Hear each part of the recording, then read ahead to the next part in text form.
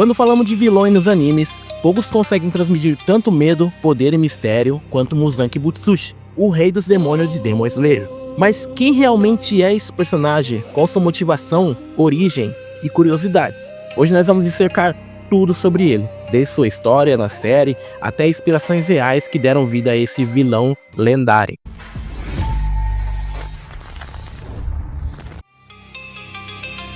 Origem. Muzan Kibutsuji nasceu na era Heian do Japão antigo. Desde que ele estava no ventre de sua mãe, Muzan era extremamente frágil e fraco. Seu coração parou várias vezes quando ele ainda era um feto em desenvolvimento. Ele foi declarado morto ao nascer por não ter pulso ou respiração. Se Muzan não tivesse chorado alto, ele teria ido de arrasta real. Sua fragilidade persistiu na idade adulta, impedindo-o de realizar atividades físicas padrão. Muzan foi diagnosticado com uma doença rara e sem nome, e deveria ter morrido aos 20 anos. Porém, seu médico então viajou por todo o Japão e encontrou o místico lírio da areia azul. E usando como parte de seu remédio, aparentemente ele curou Muzan. Mas a cura do médico estava incompleta, e Muzan ainda sofria recaídas ocasionais. Muzan um dia então acreditou que seu médico era um fracasso total, e o matou por pura raiva. No entanto, com o passar do tempo, Muzan finalmente percebeu que havia se tornado melhor fisicamente, e que o remédio do médico realmente estava funcionando.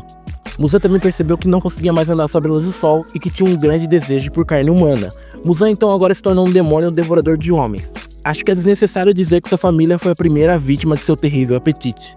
Embora o agora Muzan tenha se adaptado rapidamente à sua nova vida e não tenha escrúpulos em se alimentar dos humanos, o pensamento de que ele deveria evitar o sol feria muito seu ego. Muzan então foi atrás do lírio da areia azul por todo o país para superar essa sua fraqueza ao sol, mas não conseguiu encontrá-lo. E a única pessoa que tinha alguma informação sobre esse lírio já estava morto, o médico que Muzan matou. Muzan se considerava imperfeito e queria de alguma forma se livrar de sua fraqueza ao sol. Com a busca do lírio não chegando a lugar nenhum, Muzan então pensou em outras opções, criar demônios fortes o suficiente para conquistar o sol. E por isso, ele decidiu utilizar o seu sangue de demônio para gerar o máximo de demônios que ele pudesse. Ele esperava que um dia, um demônio fosse capaz de vencer o sol e ele pudesse devorá-lo, livrando-se de sua única fraqueza que o tornava imperfeito. Depois de dar seu sangue a mais algumas pessoas, ele criou um grupo de demônios muito poderosos chamado os 12 Kizukis, que seguiriam todas as suas ordens, protegendo e cumprindo todos os seus desejos. E acho que essa sua escolha define bem a sua personalidade e a sua obsessão por sobrevivência, perfeição e controle. Muzan e a respiração do sol.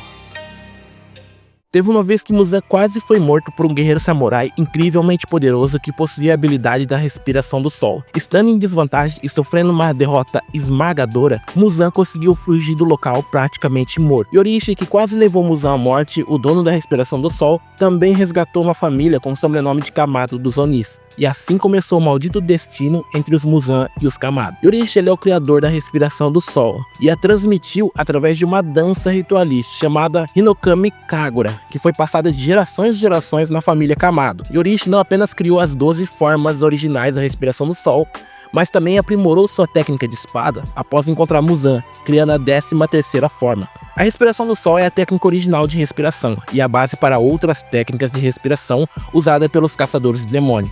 Embora a respiração do sol tenha sido transmitida através da dança ritualística, ela se torna a forma da respiração do sol quando usada com uma espada em combate. O pai de Tanjiro, Tanjiro Kamado, também conhecia essa dança ritualística, o que permitiu que Tanjiro aprendesse a usar em batalha. Hoje também sabemos que Muzan foi o demônio que matou toda a família Kamado. Ao que parece, Muzan foi até lá no objetivo de criar o demônio perfeito, que anda na luz do sol. E se for olhar por esse lado, ele até que conseguiu. Acabamos de saber também que a Nezuko conseguiu conquistar o sol. E claro, isso pode ser apenas especulação de que Muzan tenha ido lá para criar um Oni desse nível. Mas o que reforça isso é o que ele mesmo disse quando estava matando a família Kamado. Quando Muzan foi até lá, ele ficou dando seu sangue para a família Kamado, ele ficou meio que testando o quanto de sangue eles conseguem receber sem morrer. E aí que ele diz a frase que meio que comprova essa teoria. Então eles morrem com esse nível de sangue. Existe também na internet a teoria de que Muzan esperou o pai de Tanjiro morrer para que pudesse atacar a sua família. Embora no anime todo, vemos que toda vez que Tanjiro utiliza a respiração, ele fica fraco e debilitado. Porém, na história do anime, Tanjiro conta como seu pai passava horas e horas dançando pela noite, utilizando a respiração, mesmo fraco e doente. E por isso, o pai de Tanjiro poderia representar uma forte ameaça a Muzan. poderes. Como sabemos, Muzan se tornou o primeiro Oni e o mais forte deles. Mas quais foram as vantagens que Muzan ganhou se tornando um Oni? Regeneração instantânea, velocidade e força sobre-humana, controle e manipulação de sangue, criações de novos demônios, controle mental parcial sobre os Kizukis. Muzan Jackson. Michael Jackson foi uma inspiração para Muzan? Olha, com base nas entrevistas das autoras do anime, parece que Muzan não foi inspirada em Michael Jackson. O que parece é que a autora de Demon Slayer se inspirou em vilões clássicos do cinema japonês, misturando elegância e psicopatia, criando uma sensação de perigo sutil e constante. Mas isso não nega que Muzan é muito parecido com Michael Jackson. Os dois compartilham elementos como chapéu, terno e um certo ar de elegância, o que leva muito os fãs a fazerem essa comparação. Afinal, o chapéu e o terno usado por Muzan lembram muito o figurino de Michael Jackson no clipe Smoke Criminal. Mas a autora de Demon Slayer diz também que ambientou a história no Japão no início do século XX, onde a ocidentalização era vista com desconfiança, e a máfia italiana, com seu visual sofisticado, era associada a essa influência de desconfiança. Embora a associação com Michael Jackson seja popular, a referência à máfia italiana é mais consistente e tem mais a ver com a explicação da autora, que buscava criar um vilão com uma imagem que refletisse os medos e desconfianças daquela época.